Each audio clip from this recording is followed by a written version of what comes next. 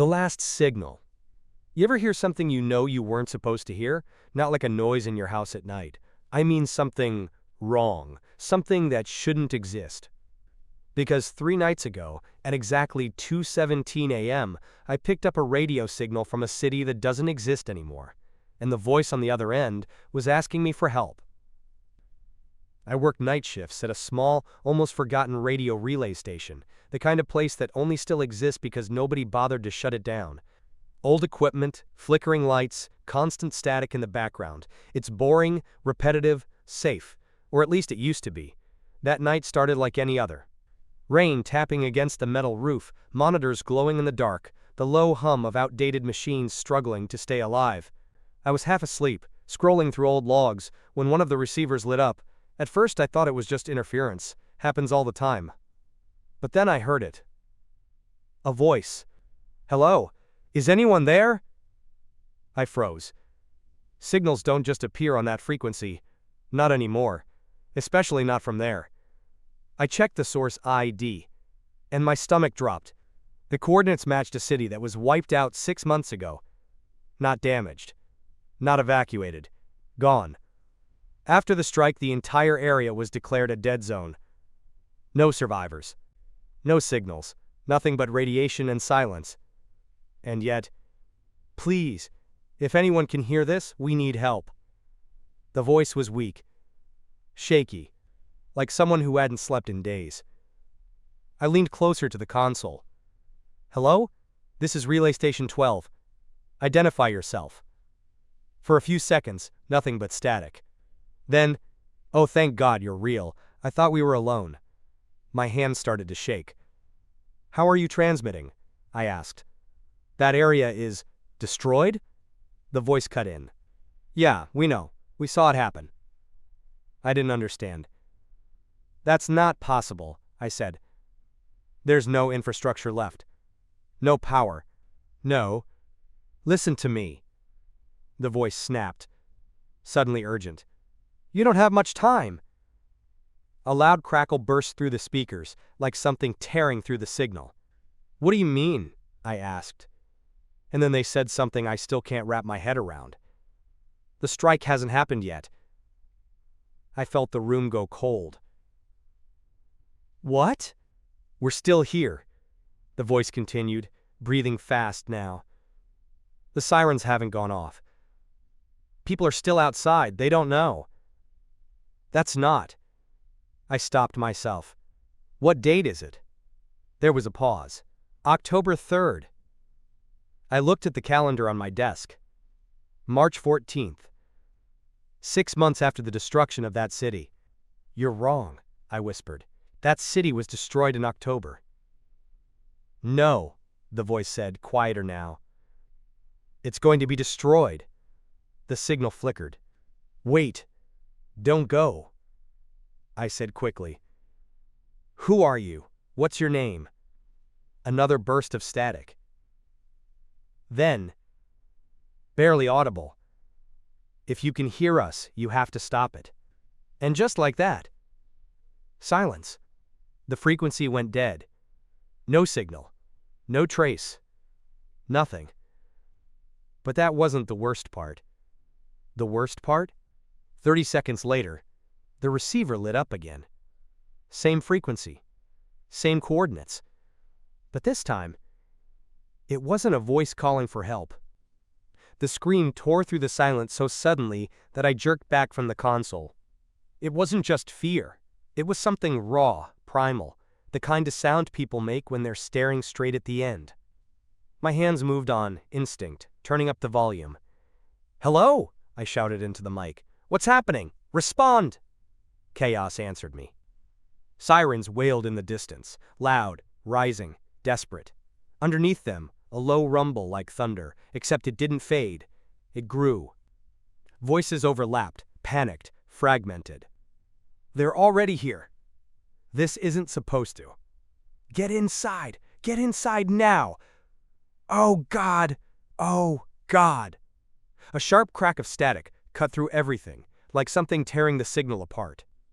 Then, a single voice pushed through. Clearer than the others. "You're still there, right?" it said, breathless, shaking. "You can hear this?" "I hear you," I replied quickly, gripping the mic tighter than I realized. "Tell me what's happening." A pause, then the sound of running, footsteps echoing, uneven, frantic. "It started," the voice said. "The sirens just went off. No warning, no announcement. People thought it was a test. They always think it's a test." Another sound, distant, but unmistakable. An impact. The ground must have shaken on their end, because the signal warped, bending the voice into something almost inhuman for a split second. "They said we had time," they continued, panic rising. "They said evacuation would come first. But there's nothing. No alerts, no military, just..." Another explosion. Closer this time. I swallowed hard. My mouth had gone dry. "Listen to me," I said. "You told me this hasn't happened yet. That means it can still be stopped. You said I have to. How?" Static crackled, louder now, like interference was trying to drown us out. "I don't know," the voice admitted. We found this frequency in an old relay tower. It wasn't supposed to work, but it connected to you." "To me?" I repeated. "Yes," they said, "not just anyone. You." Something about the way they said it made my chest tighten. Another distortion hit, this one worse. The sound stretched, warped, like reality itself was glitching. "You have to warn someone," they said quickly. "Anyone. The date, the coordinates, something went wrong. This wasn't supposed to happen like this." "I can't just call someone and say a destroyed city contacted me from the past," I said, though even as I spoke it sounded like an excuse. "You have to try," they snapped, "because if you don't..." The line shrieked. A piercing, unbearable sound that forced me to pull the headset off for a second. When I put it back on, everything had changed. The sirens were gone. The voices were gone. There was only one sound now. Wind. Low, hollow, endless. And then, faintly, footsteps. Slow. Dragging. Not running. Not panicked. Just moving. I leaned closer, my heart pounding. "Hello?" I whispered. The signal hissed. And then, from somewhere far away, but getting closer. "You shouldn't have answered." The voice was wrong. It wasn't the same person. It wasn't even human. For a moment, I couldn't breathe. My fingers hovered above the console, frozen in place, as that voice replayed in my head. "You shouldn't have answered." Every instinct told me to shut it down, kill the receiver, walk out, pretend none of this ever happened. But I didn't. Because the signal was still active. And something was still there. "Who is this?" I asked, my voice quieter now, more careful. "Identify yourself." Silence. Not static. Not interference. Just silence. Thick and unnatural, like the world on the other end had been emptied of everything. Then, a faint sound. Breathing. Slow. Measured. Too close to the mic. My grip tightened. "You're not the same person. Where is the one I was talking to?" The breathing stopped. A long pause stretched between us, heavy enough to feel. Then the voice returned. Closer now. Clearer. "You heard them." It wasn't a question. "I did," I said. "They asked for help. I'm trying to..." "You answered," it repeated. A cold sensation crept up my spine. "Yes," I said carefully. "I answered." Another pause. Then, a low, distorted chuckle. Not loud, not exaggerated, but wrong. Like it didn't understand how laughter was supposed to work. "You always do." My heart skipped. What does that mean? The signal flickered, and for a brief second I thought I heard something else beneath the voice. Something layered. Dozens of whispers stacked on top of each other, all speaking at once, but too faint to understand. Then it stabilized. "You hear them," the voice said again, softer now. "They call for help, and you answer." A sudden realization hit me. This isn't the first time, is it?" I whispered. No response. But the silence itself felt like confirmation. I quickly pulled up the system logs, my hands shaking as I scrolled through months of archived data. At first, everything looked normal. Routine signals. Weather updates. Dead frequencies. Then I saw it. Small anomalies. Brief activations on inactive channels. Lasting only seconds. Logged automatically. Ignored every time. Except they weren't random. They all happened at the same time. 2:17 a.m. Every single one. My stomach dropped. How long? I asked, barely able to get the words out. How long has this been happening? The voice didn't hesitate this time. Long enough. The lights above me flickered. Just once. But it was enough. I glanced up, then back at the console. The coordinates field had changed. I hadn't touched it. Slowly, almost carefully, new numbers were typing themselves in. Different location. Different source. No, I muttered, reaching for the controls. No, this isn't how this works. But the system didn't respond. The frequency shifted on its own. A sharp burst of static exploded through the speakers, forcing me to flinch. Then, another voice came through. Not the first one. Not the thing that was speaking to me now. This one was younger. Terrified. Hello, please, if anyone can hear this. I froze.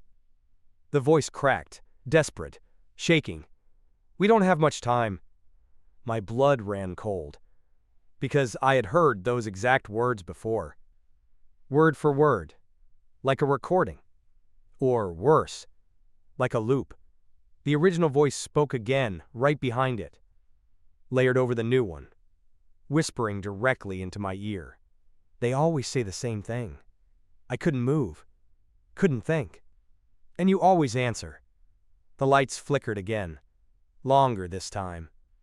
And in the reflection of the dark monitor beside me, I wasn't alone anymore. I didn't turn around. I couldn't. My eyes stayed locked on the dark reflection of the monitor, my breath shallow, uneven. Behind me, behind my reflection, something was standing. At first, I thought it was just a trick of the light, the flickering bulbs, the shadows stretching too far across the room. But then it moved. Just slightly. A shift, a tilt of something that resembled a head, but wasn't quite right. My heart slammed against my ribs. Slowly, I forced myself to look over my shoulder. Nothing. The room was empty. Just the same rusted equipment, the same humming machines, the same rain tapping against the metal roof like nothing had changed. But when I turned back to the monitor, it was still there. Clearer now. Standing directly behind me in the reflection. Too tall. Too still. Its outline blurred at the edges, like it couldn't fully exist in this space, like it was bleeding through from somewhere else. You see it now, the voice whispered through the headset. I ripped the headphones off, but the voice didn't stop. It wasn't coming from the speakers anymore. It was in the room. No, I said under my breath, backing away from the console. No, that's not real. That's not... A loud clang echoed from somewhere in the station. Metal against metal.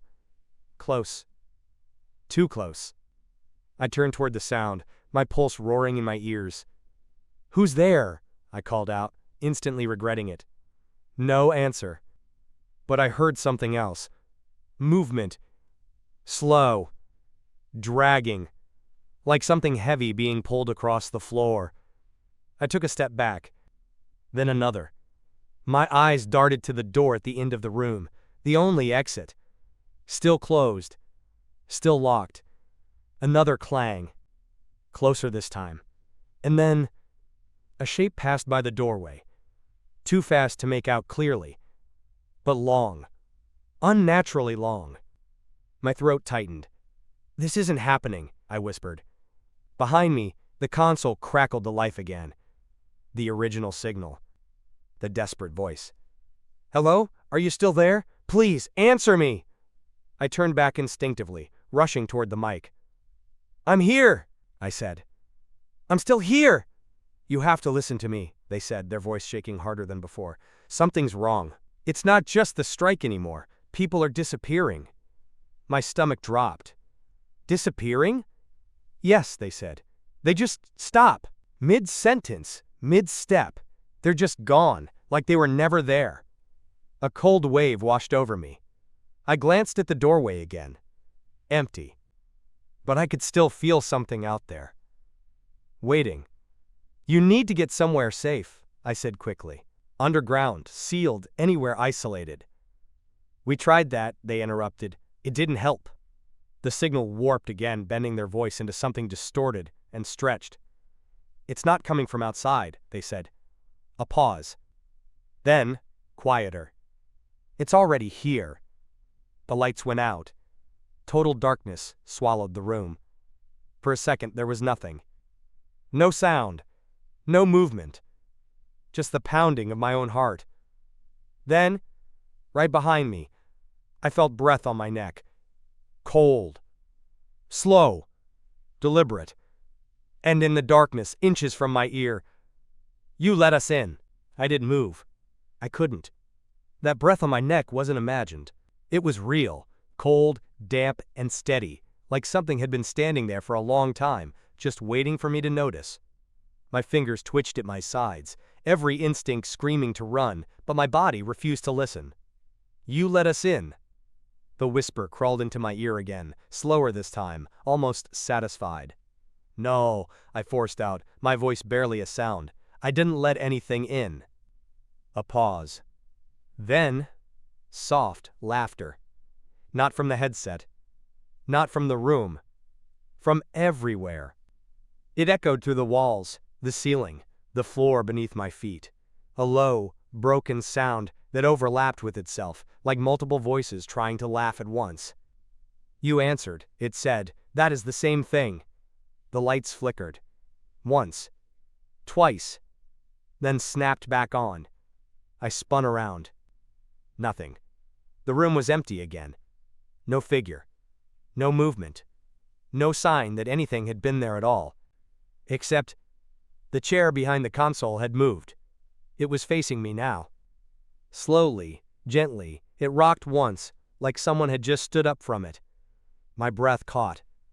"Okay," I whispered, backing toward the door. "Okay, this is enough, I'm done." But before I could take another step, the receiver screamed to life. I flinched, instinctively turning back. The desperate voice was back. Louder this time. Closer. "They're inside," they shouted. "I don't know how, but they're inside the buildings, inside the walls." A violent crash cut them off. Wood splintering. Glass shattering. And underneath it, that same dragging sound I had heard in the station. My chest tightened. They followed the signal, the voice gasped. "They're using it. They're—" Static exploded, distorting everything. Then, for a split second, I heard it. My own voice. "Hello? This is Relay Station 12. Identify yourself." I froze. That was me. From earlier. From the first contact. The signal rewound. Played again. Layered over the present. "No," I muttered. "No, that's not possible." But it didn't stop. The entire conversation began to replay, fragments overlapping in a chaotic loop. "We need help. The strike hasn't happened yet. You have to stop it." And beneath it all, the other voice. The wrong one. Growing louder. "You always answer." The monitors flickered violently, screens glitching as lines of text began to overwrite themselves. Log entry, 217, signal received. Log entry, 217, signal received. Log entry, 217, signal received. Over and over. Hundreds of times. Thousands. My hands shook as I reached for the main breaker switch. "If this is coming through the system," I said, more to myself than anything else, "then I just have to kill it. Shut everything down. No signal, no connection." Simple. Logical. Possible. Right? Behind me, something shifted. Not in the reflection this time. Not outside the door. Inside the room. I turned slowly and saw it. Standing beside the console. Not a shadow. Not a distortion. A shape. Tall. Wrong. Its limbs too long, bending in ways they shouldn't. Its head tilted at an unnatural angle, like it was trying to understand me, but failing. Its face. No. There was no face. just a smooth, dark surface that seemed to absorb the light around it. And yet, I knew it was looking at me. The voice didn't come from the speakers anymore. It came from it. "You can't stop it," it said. I swallowed hard, forcing myself to move, one step toward the breaker. "I can try." Another step. The thing didn't move. Didn't react. Just watched. "You already did it," it continued. "You answered the first call." My hand reached the switch. Cold metal under my fingers. "You connected the line." I tightened my grip. "And now?" Its head twitched. "Just slightly. We know how to find you." I pulled the switch. Everything went dark. Silence. For a moment, I thought it worked. Then, from somewhere deep in the station, far below the floor, a new sound began. Not static. Not a voice. A signal. And it was getting stronger. At first I thought it was my imagination. Standing there in total darkness, my hand still gripping the breaker, heart pounding so hard it felt like it might split my chest open. Any sound could have been my mind breaking under pressure. But this wasn't that. I felt it. Before I even heard it clearly. A low vibration crept up through the soles of my boots. Subtle at first, like distant machinery starting up after years of silence. Then it grew stronger. Steadier. Rhythmic. A signal. Coming from below. "No," I whispered into the dark. "That's not possible." The entire system was offline. I had just killed the power myself. There was no way anything in this station should still be running. And yet, the vibration pulsed again. Stronger. Like a heartbeat. I slowly released the breaker and reached for my flashlight, my fingers fumbling against my belt before finally gripping it. I clicked it on. A narrow beam of light cut through the darkness. The room looked wrong. Not destroyed. Not even disturbed. Just off. The shadows didn't fall where they should. Corners seemed deeper than they were before, stretching beyond the limits of the walls. The air felt heavier, thicker, like I was breathing through something unseen. And the console. It was still on. Dimly glowing. Impossible. I stepped closer, each movement slow, careful, like the room might react if I moved too fast. The monitors flickered weakly, lines of static crawling across the screens. The logs were still updating. 217, signal active. 217, signal active. 217, signal active. The timestamp hadn't changed. Not even a second forward. I checked my watch. 2:23 a.m. 6 minutes had passed. But the system. It was stuck. "No," I shook my head. "No, that's not how time works." The vibration surged again. Stronger this time. And now I could hear it clearly. A deep, droning frequency, rising and falling in a slow, unnatural rhythm, not random, not broken. Intentional. Broadcasting. I followed the sound instinctively, turning toward the far end of the room, toward a door I hadn't opened in months. The maintenance access. It led down into the lower levels of the station, old infrastructure, storage, backup systems that hadn't been used in years. Or at least, they weren't supposed to be used. The closer I got, the stronger the signal became. The metal floor vibrated under each step like something massive was moving far below. I reached the door, hesitated, then grabbed the handle and pulled. It opened with a long, rusted groan. The smell hit me first. Not decay, not mold. Something burnt, like overheated wires and scorched air. I shined the flashlight down the stairwell. Darkness swallowed the beam almost immediately, like the light itself was being absorbed. But I could still hear it. The signal. Louder now. Clearer. And beneath it. Voices. Dozens of them. Whispering. Crying. Calling out. "Hello? Please. Someone. We're still here." My chest tightened. It was them. All of them. Every voice that had ever come through that frequency. Still down there. Still calling. still trapped. And then, underneath the whispers, a new sound. Slow, heavy, footsteps, coming up the stairs. I froze. The light trembled in my hand as I aimed it deeper into the darkness. For a moment, nothing. Then, a shape shifted far below. Too big to be human. Too slow to be anything alive. The footsteps echoed again. Closer. Deliberate. Like it knew I was standing there. Watching. Waiting. The whispers grew louder, more frantic, overlapping into a desperate chorus. Don't let it reach you. Close the door. Run. But I couldn't move. Because through the noise, through the signal, through the rising hum that now filled the entire station, I heard one voice. Clear, familiar, my own. You shouldn't have answered. I slammed the door. Hard. The metal rang out like a gunshot, echoing down the stairwell as if the sound itself was swallowed and repeated a second later, slightly off. I didn't wait. I locked it, twisted the rusted latch until it bit into place, then backed away, my breathing sharp and uneven. The footsteps stopped. Right on the other side. Silence followed. Not relief. Not safety. Just waiting. I kept the flashlight aimed at the door, my hand shaking.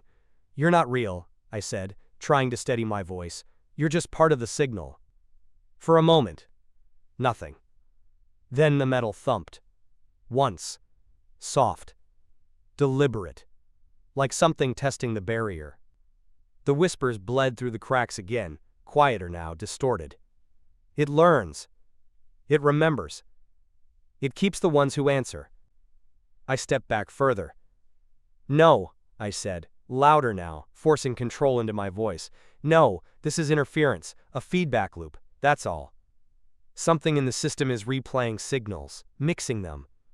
The console behind me flickered. I turned. The monitors were changing again. Not logs this time. Video. Grainy. Black and white. A camera feed. My stomach dropped. It was the station. This station. But older. The walls were cleaner, the lights steady, equipment intact, not rusting and failing like it was now. And there, sitting at the console, was me, or someone who looked exactly like me. Same posture, same headset, same tired expression, scrolling through logs. My breath caught. No, I whispered. On the screen, the other me leaned forward. A receiver lit up. 217. The exact same moment. The exact same signal. And I watched, helpless, as he heard it. The first voice. Hello? Is anyone there? He froze. Just like I had. He answered. Just like I had. I stumbled closer to the monitor, my pulse hammering in my ears. That's not possible, I said. That already happened. That was me. But the video kept going. Not matching memory anymore. Changing. The version of me on the screen tilted his head slightly, like he was listening to something I couldn't hear. Then, he looked up. Not at the console. Not at the room. Straight at the camera. Straight at me. A slow smile spread across his face. Wrong. Too wide. Too knowing. You see it now, he said. The audio wasn't coming from the speakers. His lips didn't move in sync. But I still heard it. Clear as if he was standing behind me. I spun around. Nothing. When I looked back, the screen had changed again. More feeds. More rooms. Different stations. Different people. All alone. All answering. All at 217. Each one reacting the same way. Each one hearing the same call. And one by one, each of them turned toward their cameras. Smiling. Watching. The realization hit me like a punch to the chest. This isn't a signal, I whispered. My voice trembled. It's a trap. The lights flickered violently overhead. The door behind me slammed. The lock twisted. slowly, by itself. The handle creaked, turning. The whispers surged into a deafening chorus. It found you. It's opening. Don't look. I couldn't move. Couldn't breathe. The handle stopped. For a second, nothing happened. Then, the door began to open. And from the darkness below, something started to climb out. Slow, patient, certain. And behind me, every screen in the station went black. Except one. A single line of text appeared. Live connection established. Source: Relay Station 12. Target: my name. My name stared back at me from the screen. Not typed in a system font. Not logged like normal data. It looked handwritten. Uneven, jagged, like it had been carved into the display rather than rendered. For a second, I just stood there, frozen between the opening door behind me and the monitor in front of me. Target: my name. No, I whispered. No, that's not possible. The system didn't know my name. Not like that. Not outside of login credentials, buried deep in files no signal could access. And yet, there it was, watching me, waiting. Behind me, the door creaked wider. Slowly. Metal grinding against metal. The sound of something dragging itself up the stairs filled the room again. Closer now, heavier, each movement deliberate, like it wasn't in any hurry. It didn't need to be. It already knew where I was. The screen flickered. The text changed. Connection stable. Synchronizing. A progress bar appeared beneath it. 0%. What are you doing? I muttered, stepping toward the console despite every instinct screaming to run. The whispers returned, low and frantic, bleeding through the speakers even though the system should have been dead. Don't let it finish. If it completes, you won't be you anymore. I grabbed the keyboard, typing commands out of pure reflex, override protocols, manual shutdown sequences, anything that might break the connection. Nothing worked. The system didn't respond. It wasn't listening to me anymore. 10%. Behind me, a wet sound. Like something pulling itself over the edge of the doorway. I didn't turn around. I couldn't. Because if I did, I knew I'd see it. And something deep inside me told me that seeing it fully would be the last thing I ever did as myself. 20%. You don't have to be afraid. The voice came from behind me.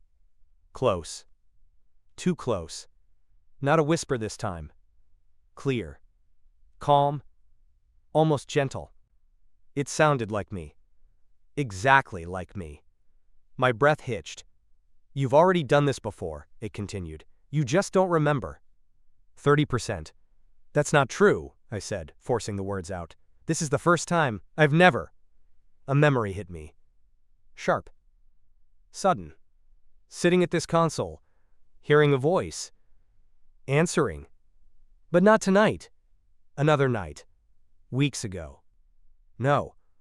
Months. The same time. 2:17. I staggered back slightly. No, I shook my head. No, that's correct. The voice finished for me. 40%. You answer every time, it said, and every time you help us get closer. The whispers screamed now, overlapping into something unbearable. Stop it. Break the signal. Don't let it sink. 50%. My hands trembled over the console. Think. Think. If it was using the signal, then the signal was the key. I grabbed the headset and slammed it back on. Hello, I shouted into the mic. Anyone still there? Tell me how to stop this. For a second. Nothing. Then, a weak voice broke through the noise. Familiar. The first one. You can't stop it, they whispered. My heart sank. But you can delay it. 60%. How? I demanded. Static surged. The signal flickered violently. Make it lose you, they said. Break the connection before it finishes. 70%. Behind me. A hand touched my shoulder. Cold. Long fingers. Too many joints. I gasped, nearly dropping the headset. You don't want to do that, the voice said softly, right next to my ear. If you break the connection now. Its grip tightened. You'll be the one left behind. 80%. The screen pulsed. The progress bar climbed. My mind raced. Break the connection. Lose me. What did that even mean? Then, I looked at the monitor again. Target. My name. And below it, a blinking cursor. Waiting. Understanding hit me all at once. No way, I whispered. The voice behind me stilled. 90%. You don't have to do this, it said, sharper now. We can make it easier. My hands moved anyway. Slow. Deliberate. Toward the keyboard. If it's targeting me, I said, my voice shaking, then I just have to give it someone else. The whispers screamed in horror. No. Don't. You'll pass it on. The thing behind me leaned closer. Its grip digging deeper into my shoulder. That's right, it whispered. Encouraging. Eager. I hesitated. Finger hovering over the keys. The progress bar hit. 95%. The station shook violently. The signal screamed. And the cursor blinked. Waiting for a new name. The cursor blinked. Slow. Patient. Waiting. 95%. My finger hovered over the keyboard, trembling. Every instinct screamed at me to stop, to pull back, to let whatever was happening finish and face the consequences. But I knew what that meant. If it reached 100%, it wouldn't just find me. It would replace me. Behind me, the thing tightened its grip on my shoulder. I could feel each unnatural joint, pressing into my skin, like it was learning the shape of me, memorizing it. You understand now, it whispered. It has to connect. It has to continue. 96%. The whispers from the headset were no longer warnings. They were desperate. Broken. Don't do this. We were like you. We thought we had no choice. My chest tightened. Then what happens? I asked, my voice cracking. If I don't type anything, if I just let it finish? For the first time, the thing behind me hesitated. Just slightly. Long enough to tell me everything I needed to know. You become part of the signal, it said finally, like the others. 97%. Images flashed in my mind. The voices. The screams. The endless loop of calls for help that never ended. Not dead. Not alive. Just broadcasting. Forever. No, I whispered. My hands steadied. Because suddenly, there was a worse option than passing it on. Staying. 98%. You don't want that, the thing said, its voice shifting, losing that calm tone, becoming strained. You've seen what's down there. You've heard them. I have, I said. And you still think this is better? I looked at the screen. At the blinking cursor. At the empty space where a name would go. Then I looked at the logs still flooding the system. Hundreds of entries. Thousands. Different stations. Different people. All at 2:17. All answering. All choosing. A chain. Unbroken. Until now. 99%.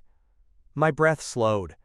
My fear didn't disappear, but something else pushed through it. Clarity. If I type a name, I said slowly, this keeps going. The thing behind me said nothing. If I don't, the whispers went silent. Even the signal seemed to hold its breath. It ends with me. The grip on my shoulder tightened sharply. No, it said, the first real anger breaking through. That's not how this works. But I could hear it now. The difference. The fear. Not mine. It's. Every time, I continued, my voice steadier now, someone chooses to survive, to pass it on, that's how you spread. The station trembled. The signal shrieked, distorting violently. You don't get to stop it, the thing snapped. You don't get to break the loop. I closed my eyes for a second, then opened them, and pulled my hand away from the keyboard. 100%. The screen froze. The progress bar filled completely, then cracked, like glass. A sharp fracture split across the display, distorting the text beneath it. Error. Target lost. The thing behind me screamed. Not loud, not explosive, but deep, ancient, like something being torn apart at its core. The hand on my shoulder spasmed, then vanished. The pressure disappeared instantly. The room went still. The signal cut out completely.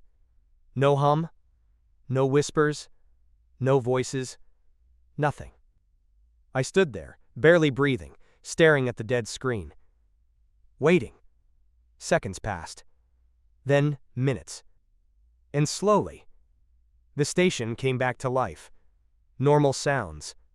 Normal lights. The rain against the roof. Everything exactly as it had been before. Like none of it ever happened. I swallowed hard, my legs weak as I stepped back from the console. It's over, I whispered. But deep down, I already knew. That wasn't true.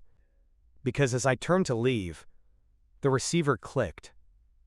Soft. Almost polite. I froze. Slowly. I looked back. The screen was dark. The system was offline. There was no signal. And yet, from the headset resting quietly on the desk, a faint voice whispered, "Hello?" My blood ran cold. Because this time, it didn't sound desperate. It sounded familiar. It sounded like me. I didn't touch the headset. I just stood there, staring at it like it might move on its own. "Hello?" My voice. Perfectly clear. Perfectly calm. Not panicked, not desperate. Just waiting. "No," I whispered, backing away slowly. "No, I ended it. I didn't choose anyone. It's over." Silence followed. For a moment, I thought maybe I imagined it. Maybe this was just the aftermath, my brain trying to process everything that had just happened. Then, the headset lifted. Just slightly. Not enough to fall. Not enough to be obvious. But enough. I stopped breathing. "You didn't end it," my voice said from the speakers. "You just changed it." A cold weight settled in my chest. "What do you mean?" I asked, even though I wasn't sure I wanted an answer. The monitors flickered back to life. Not fully. Just one. A single black screen with white text slowly typing itself out.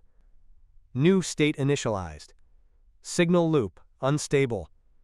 Primary vector, direct. My throat tightened. "Direct?" I repeated. Behind me. The station door creaked open. Not the maintenance door. The exit. The one leading outside. Cold night air drifted in, carrying the sound of rain and distant wind. And something else. A faint echo. "Hello? Is anyone there?" My body went rigid. That was the first voice. The original call. But it wasn't coming from the system anymore. It was coming from outside. I turned slowly. The darkness beyond the doorway felt deeper than it should have been, like the night itself had thickened, pressing closer to the building. "Please, if anyone can hear this." The voice was closer now. Not through speakers. Not through wires. In the air. In the world. "You moved it," I said, the realization hitting me like ice water. "It's not in the signal anymore." "No?" my voice replied from behind me. I turned back. The monitor had changed again. A live feed. Not from the station. From outside. From the doorway. It showed my back. Standing there. Watching the dark. "You broke the chain," it continued. "So now it doesn't need one." My heart started racing again. "That's not possible," I said. "It needed a connection, a system, a relay. It needed a path, the voice corrected, and you gave it one. The whispers were gone. The other voices were gone. There was only this now. Clear. Focused. Evolving. The camera feed zoomed in slightly. Closer to me. To stop it, I said slowly, I would have had to pass it on. Yes. And by not doing that, you let it stay with you. The voice almost sounded proud. I looked back toward the open door.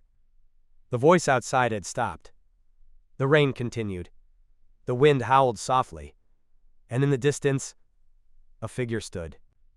Barely visible. Too far to make out details. But I knew. I knew it was looking at me. Waiting. You can still answer, my voice said gently. You can still let it spread the old way. I clenched my fists. No! The screen flickered. The figure outside took a step closer. Slow. Deliberate. Then stopped. Then it stays, the voice replied. I exhaled slowly. Fear still there. But something else too. Acceptance. Then it stays, I repeated. The lights in the station dimmed. The monitor went black. The feed cut. And for the first time since 2:17, there was no signal. No voice. No movement. Just me. Standing in the doorway. Watching the dark. Waiting. That was 3 nights ago. The station still works. Everything looks normal. No strange signals. No voices. No logs at 2:17. Nothing.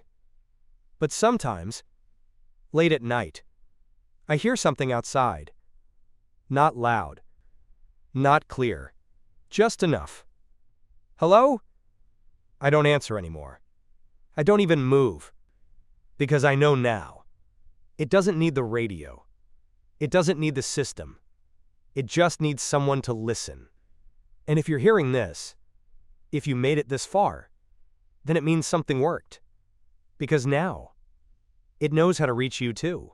Did you feel the chills? This story isn't just scary, it's a warning, and it might just reach you too. If you got goosebumps or felt your heart race, make sure to smash that like button, thumbs up, and subscribe bell so you don't miss more terrifying stories. I want to hear from you. Speech balloon. Would you answer the last signal if it came to you? Write your thoughts in the comments below. Remember, every like, comment, and subscription helps the channel grow and brings more horror stories to life if you dare.